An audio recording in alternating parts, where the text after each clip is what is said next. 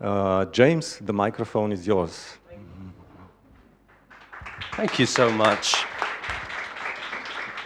Yeah. All right. So, as Matej said, I am the president of the advisory board. I'm waiting for some kind of badge, or I don't know.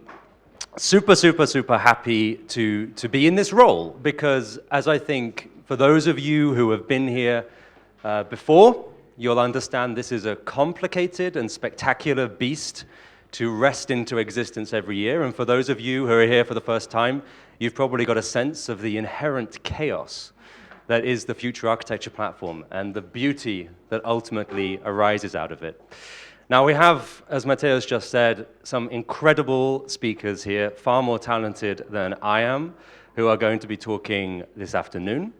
But I'm going to take 10 to 15 minutes just to ground us a little bit, and to talk a little bit about this chaos. I'm going to do a reading, actually, so you can sort of close your eyes and rest against the person next to you and just listen to me wax lyrical. But first of all, of course, for those of you who I've not met yet, I'm British. Oh, yeah. There's quite a few people in here, you know, this year who are from this island. Now, it's been a complicated few years, especially for someone like me who hasn't been living in the UK. I've not lived in the UK for almost 6 years now. And at a point in which you sort of become helpless with the shifting tides and waves of transnational politics, you do start to question things. Things become a little bit clearer.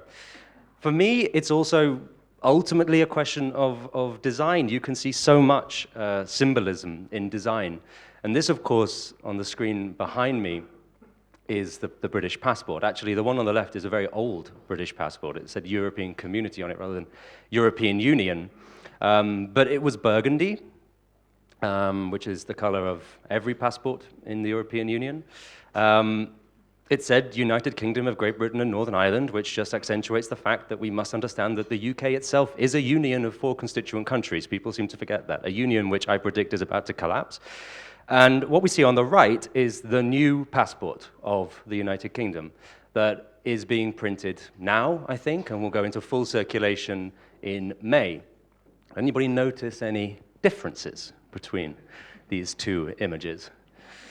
I'm sure the obvious one we all see is that it's navy blue. Does anybody know why it's navy blue?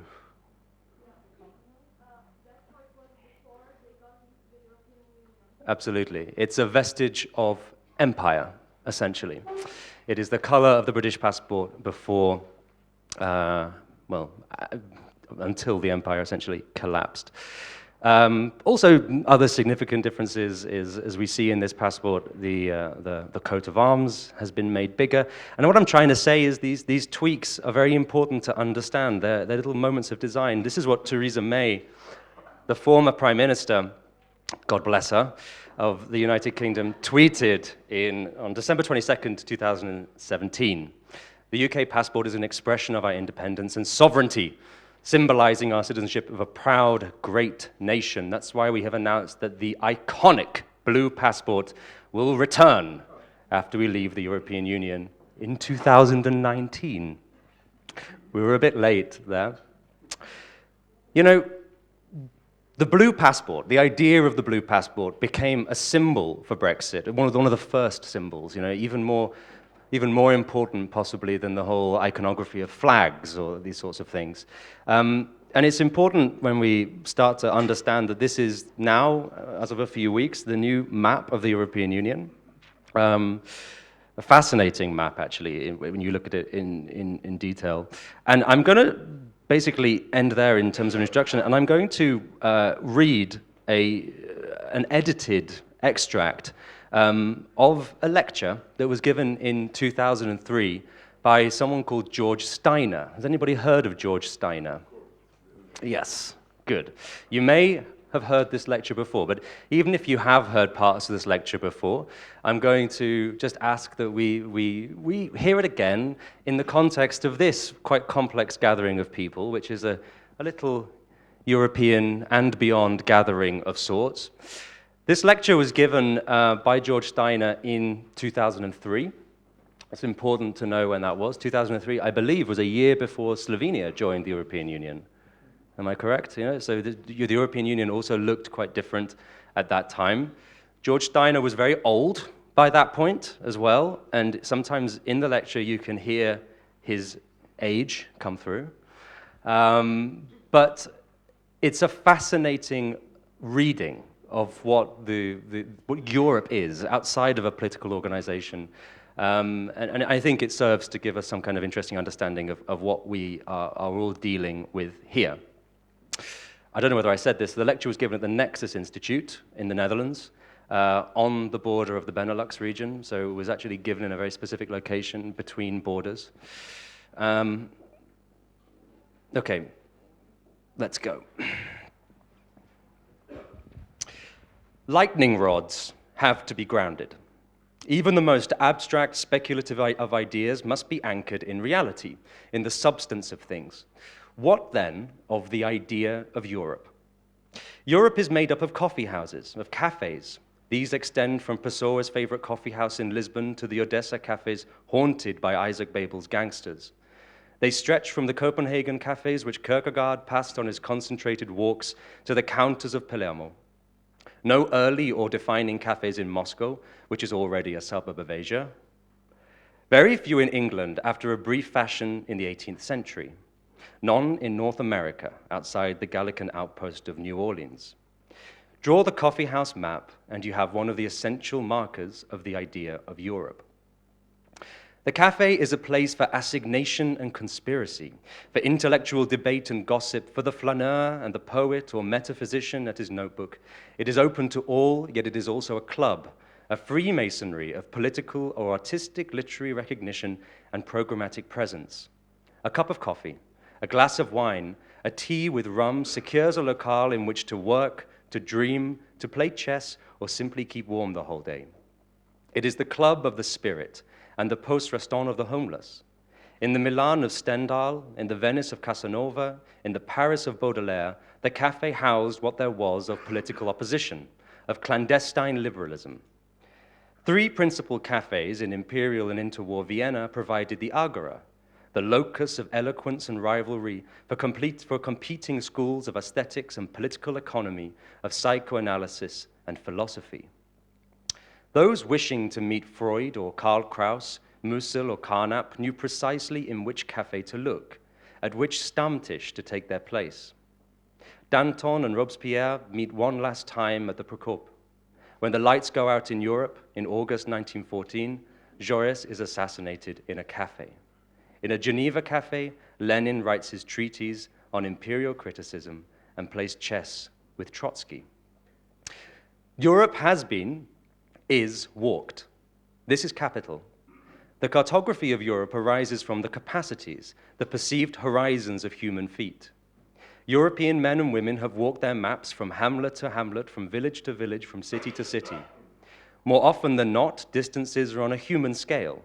They can be mastered by the traveler on foot, by the pilgrim to Compostela, by the promeneur, be he solitaire or gregarious. There are stretches of arid, forbidding terrain. There are marches, Alps, Tower, but none of these constitute a terminal obstacle. Europe has no Death Valley, no Amazonia, no outback intractable to the traveler. This fact determines a seminal relationship between European humanity and its landscape. Metaphorically, but materially also, that landscape has been molded, humanized by feet and hands. As in no other part of the globe, the shores, fields, forests, and hills of Europe, from La Coruna to St. Petersburg, have been shaped not so much by geological as by human historical time. At the glacier's edge sits Manfred. Chateaubriand declaims on the rocky headlands. Our acres, be they under snow or in the yellow noon of summer, are those experienced by Bruegel or Monet or Van Gogh. The darkest woods have nymphs or fairies, literate ogres or picturesque hermits in them. The voyager seems never to be altogether out of reach of the church bell in the next village. From time immemorial, rivers have had fords, fords also for oxen, Oxfords, and bridges to dance on, as at Avignon. The beauties of Europe are wholly inseparable from the patina of humanized time. There is a dark side to this sovereignty of remembrance, to Europe's self-definition as a lieu de mémoire. The shields affixed to so many European houses tell not only of artistic, literary, philosophic, or statesman-like eminence. They commemorate centuries of massacre and of suffering, of hatred and of human sacrifice. In one French town, a commemorative plaque to Lamartine, most idyllic of poets, faces an inscription on the opposite side of the street which records the torture and execution of resistance fighters in 1944. Europe is the place where Goethe's garden almost borders on Buchenwald, where the house of Corneille abuts on the marketplace in which Joan of Arc was hideously done to death. Memorials to murder, individual and collective, are everywhere. The marbled roll call of the dead often seems to outnumber the living. Most problematic have been the decisions made, the methods employed in reference to the reconstruction of the destroyed cities and artistic heritage. Doubtless, the millimeter by millimeter restoration of the old quarters of Warsaw, according to 18th century topographical paintings, is a wonder of craftsmanship and of willed recollection. The genius of Europe is what William Blake would have called the holiness of the minute particular. It is that of linguistic, cultural, social diversity, of a prodigal mosaic which often makes a trivial distance, 20 kilometers apart, a division between worlds. In contrast to the awesome monotony which extends from western New Jersey to the mountains of California, in contrast to that lust for sameness which is both the strength and vacancy of so much of American existence, the splintered, often absurdly divisive map of the European spirit and its inheritance has been inexhaustibly fertile. Every language contains, articulates, and transmits not only a unique charge of lived remembrance, but an evolving energy of its future tenses, a potentiality for tomorrow. The death of a language is irreparable. It diminishes the possibilities of a person. Nothing threatens Europe more radically at the roots than the detergent exponential tide of Anglo-American and of the uniform values and world image which that devouring Esperanto brings with it. Europe will indeed perish if it does not fight for its languages, for its local traditions and social autonomies, if it forgets that God lies in the detail. Now, as I said, that was an edited transcript of George Steiner's essay, lecture turned into an essay, as we see here. I think it's really important because I'm not here to really make too many statements, but I live in Sweden now, thank God. And I don't know whether anybody came across a piece in the news in Scandinavia recently. This is actually a press release from SAS, the Scandinavian Airlines newsroom. SAS released an advert a couple of days ago, which was advertising flights. And the important context to this is that, has anybody heard of the word flight shame? Quite a recent word, no?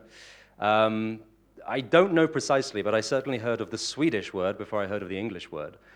Sweden being the land of Greta Thunberg, as we all know, and rather ahead of the curve when it comes to moving as a herd towards a direction which currently now is trying to save ourselves from climate change. SAS reported, I think, 14% drops in profits last year because no one's flying anymore, really. I mean, the flights are collapsing. So they're releasing adverts. They've got a massive campaign to try to get people to fly again. And these are some stills from their campaign. The campaign is called What is Truly Scandinavian. That's a meatball, actually, on the top left. But it's interesting because what is truly Scandinavian? Meatballs. I don't know quite where these mountains and this lake are. It looks like it probably is some part of Norway. The food, which is, simple and I wouldn't call truly Scandinavian, and the chairs, sure. This hit the New York Times. Nordic Airlines SAS cans ad after online hate campaign. It became a massive receptacle for far-right groups within Scandinavia who were saying, I'm sorry, SAS, but you can't you can't say that Scandinavia is bad. You can't say that, for example, as they say in the advert, which I'll show you in a second, meatballs are not Swedish. Eventually, SAS put the ad back on online, claiming that there was a concerted attack on their system. I'm going to show you this ad, because I think in the context of George Steiner, Milan, you might have to help me. What is truly Scandinavian? Grattis. Grattis.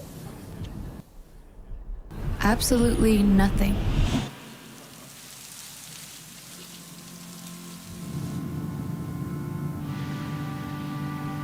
Nada. Niente. There is no such thing.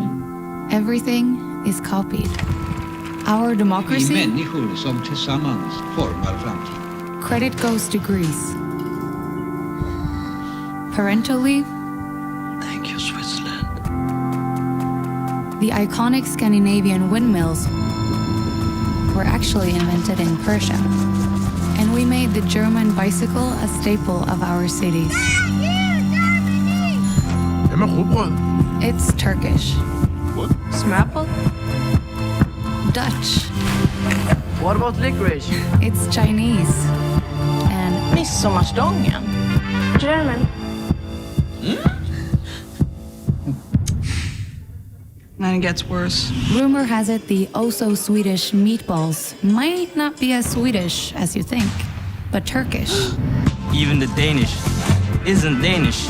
It's Austrian. And the pride of Norway, the paperclip, was actually invented by an American. And while we're at it, America, thank you for taking the first steps in empowering the women's rights movement. We're no better Than our Viking ancestors. We take everything we like on our trips abroad, adjust it a little bit, and Voila! it's a unique Scandinavian thing. Going out into the world inspires us to think big, even though we're quite small. Because every time we go beyond our borders, we add colors, innovation, Progress. adding the best of everywhere to here. Okay, now it turns into an actual advert about flying with SAS. My point to all this is like I said, not really to sort of to make a point. My point is to say that the advisory board of the Future Architecture Platform, which consists of a group of incredible minds and people who we're all just trying to have a broad picture of what's happening. I think it's increasingly important to understand that, from my personal position, I mean, I'm not European anymore. Like, can you even begin to imagine what it's like to be born, into something and have that taken away? It's something that, from my privilege, I never understood could even happen, and it has. And it's suddenly a very odd position to be in. There is a lot to be protected, and I think that the conversations that we've been having in the advisory board over years now regarding to the Future Architecture Platform is to understand how precious this meeting is, to understand how incredible it is that people from all over the world are meeting in Ljubljana. Of course, we have to also acknowledge that there has been a massive shift within Europe, within, I think, the interesting architectural discourse from west to east, and that is something which is incredible, and this is actually a major part of. That's all I really want to say. I just want to say this is amazing, and I hope you all understand the potential of this, because the Future Architecture Platform, as will be discussed tomorrow with the members, but as also I just want to point out today, is reaching the end of its first cycle, the end of its 4 years. And there's now big questions about what it will be next and how it might adapt, and hopefully it will continue. But let's make the most of this and fly Scandinavian Airlines. Thank you.